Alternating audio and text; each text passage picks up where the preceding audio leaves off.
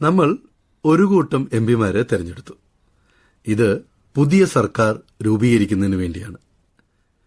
ജനാധിപത്യത്തിന്റെ ഒരു നേട്ടം അടുത്ത 5 വർഷത്തേക്ക് നമ്മളെ ഭരിക്കുന്നവരെ ജനങ്ങൾക്ക് തെരഞ്ഞെടുക്കാം എന്നതാണ്. ഫലപ്രഖ്യാപന സമയത്ത് ചിലർ ആവേശഭരിതരായി പടക്കം പൊട്ടിച്ചും മധുരപലഹാരങ്ങൾ വിതരണം ചെയ്തും പാർട്ടിയുടെയും നേതാക്കളുടെയും മുദ്രാവാക്യം വിളിച്ചും അവർ ആവേശം പ്രകടിപ്പിച്ചു. കാരണം അവരുടെ പാർട്ടി തെരഞ്ഞെടുപ്പിൽ വിജയിച്ചു. അപ്പോൾ തന്നെ നിരാശരായവർ വേറെയുമുണ്ട്. അവർ അവരുടെ പാർട്ടിയെ പിന്തുണയ്ക്കുകയും പ്രവർത്തിക്കുകയും ചെയ്തു. എന്നാൽ ഭൂരിപക്ഷം നേടുന്നതിൽ അവർ പരാജയപ്പെട്ടു. അവർ തെരഞ്ഞെടുപ്പിൽ തോറ്റു. അവർക്ക് ആഘോഷമില്ല. അവരുടെ പാർട്ടി ഓഫീസുകൾ ശൂന്യമാണ്. മധുരപലഹാരങ്ങളോ പൂമാലകളോ അവിടെയില്ല. മാധ്യമപ്രവർത്തകർ തോറ്റവരുടെ പരിപാടികൾ റിപ്പോർട്ടും ചെയ്യുന്നില്ല. ജയിച്ചവർ പുതിയ സർക്കാർ ഉണ്ടാക്കുവാനുള്ള തിരക്കിലാണ്. ആർക്കൊക്കെ മന്ത്രിസ്ഥാനം കിട്ടും, വകുപ്പ് എന്തായിരിക്കും എന്നൊക്കെ ചിന്തിക്കുമ്പോൾ തോറ്റവർ ഇനി എന്ത് എന്ന് ആലോചിക്കുന്നു. വോട്ട് ചെയ്ത നമ്മൾ സാധാരണക്കാർക്ക് എന്തെങ്കിലും ഉത്തരവാദിത്വമുണ്ടോ? ഇന്ന് ഇതേപ്പറ്റി കേൾക്കാം.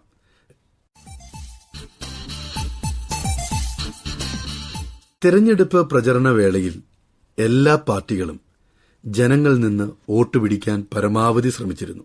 തങ്ങളുടെ പ്രകടന പത്രിക ജനങ്ങളിൽ എത്തിച്ചുവെന്ന് അവർ ഉറപ്പുവരുത്തി. അതോടൊപ്പം അവർ എതിരാളികളെ വിമർശിച്ചു. ഇക്കാര്യത്തിൽ ചില രാഷ്ട്രീയക്കാർക്കെതിരെ ചില ആക്ഷേപങ്ങളുമുണ്ട്. അവർ എല്ലാ പരിധികളും ലംഘിച്ചു എന്നായിരുന്നു അത്. ഇപ്പോൾ എല്ലാം കഴിഞ്ഞു. പുതിയ എംപിമാർ സത്യപ്രതിജ്ഞ ചെയ്ത് അധികാരമേൽക്കും.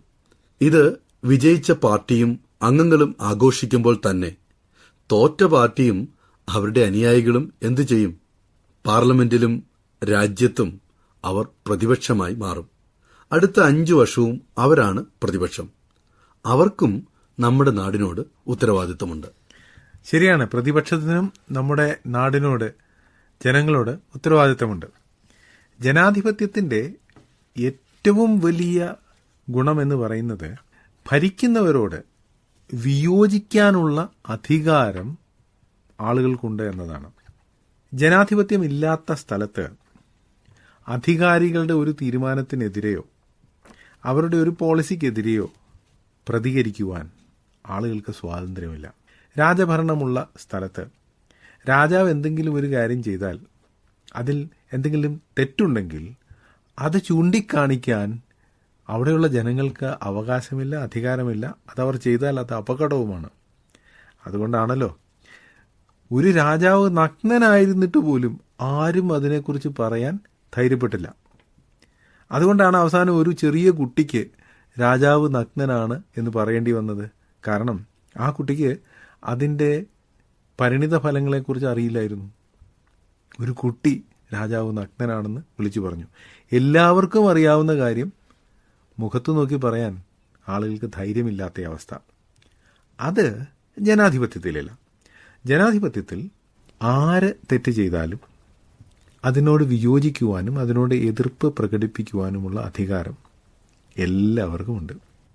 അതാണ് വാസ്തവത്തിൽ ജനങ്ങളെ അധികാരികളാക്കുന്നത്. അതുകൊണ്ടാണ് എല്ലാ 5 വർഷം കൂടുമ്പോഴും തെരഞ്ഞെടുപ്പുള്ളത്. കാരണം ഇതുവരെ ഭരിച്ചവർ, അല്ലെങ്കിൽ ഇതുവരെ ഞങ്ങളുടെ പ്രതിനിധികളായിരുന്നവർ, അവരിൽ ചിലരെ ഞങ്ങൾക്ക് വേണ്ട എന്ന് ജനം തീരുമാനിച്ചു. അതുകൊണ്ടാണ് ചിലർ തോറ്റുപോയത്.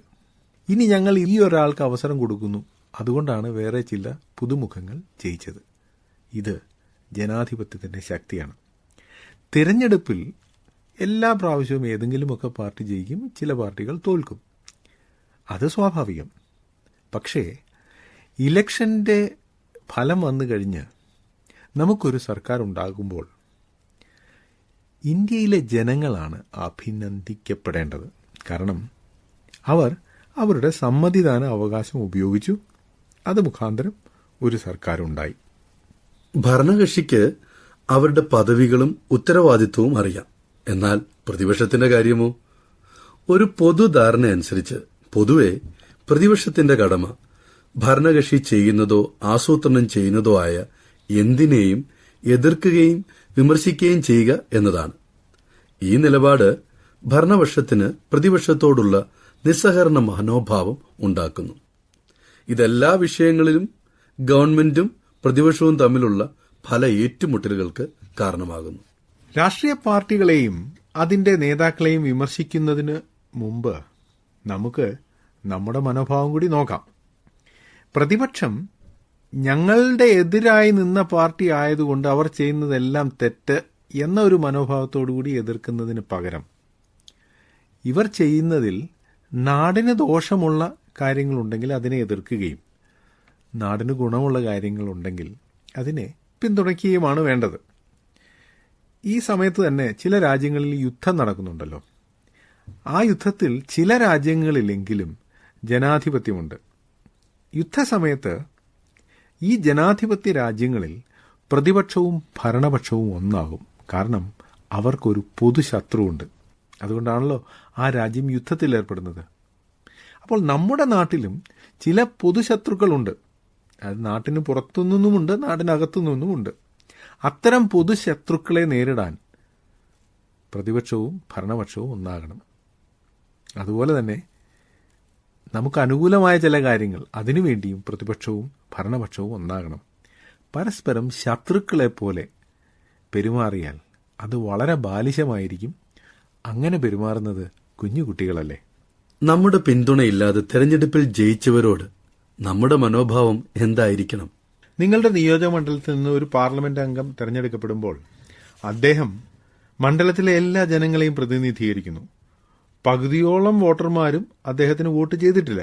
എങ്കിലും അദ്ദേഹം തനിക്ക് വോട്ട് ചെയ്യാത്തവരുടെയും കൂടെ MP ആണ്. രാഷ്ട്രീയ വ്യത്യാസങ്ങളുണ്ടെങ്കിലും അടുത്ത 5 വർഷത്തേക്ക് അദ്ദേഹം നിങ്ങളുടെ അല്ല, ആ നാട്ടിലുള്ള എല്ലാവരുടെയും MP ആണ്. ആ MPക്കും തെരഞ്ഞെടുക്കപ്പെട്ട അംഗത്തിനും എല്ലാ ജനങ്ങളോടും ഒരേ മനോഭാവം ഉണ്ടായിരിക്കണം.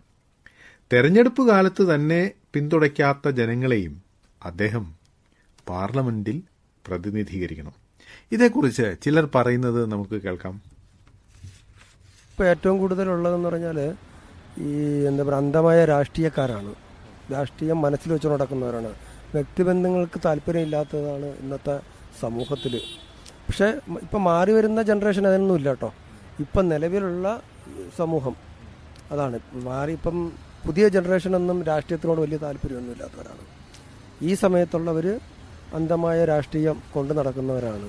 അവർ വ്യക്തിവൈരാഗ്യങ്ങൾ ഭയങ്കരമായിട്ട് ഇടം കൊടുക്കുന്ന, അതിപ്പം എവിടെ ആയാലും അങ്ങനെ തന്നെയാണ്.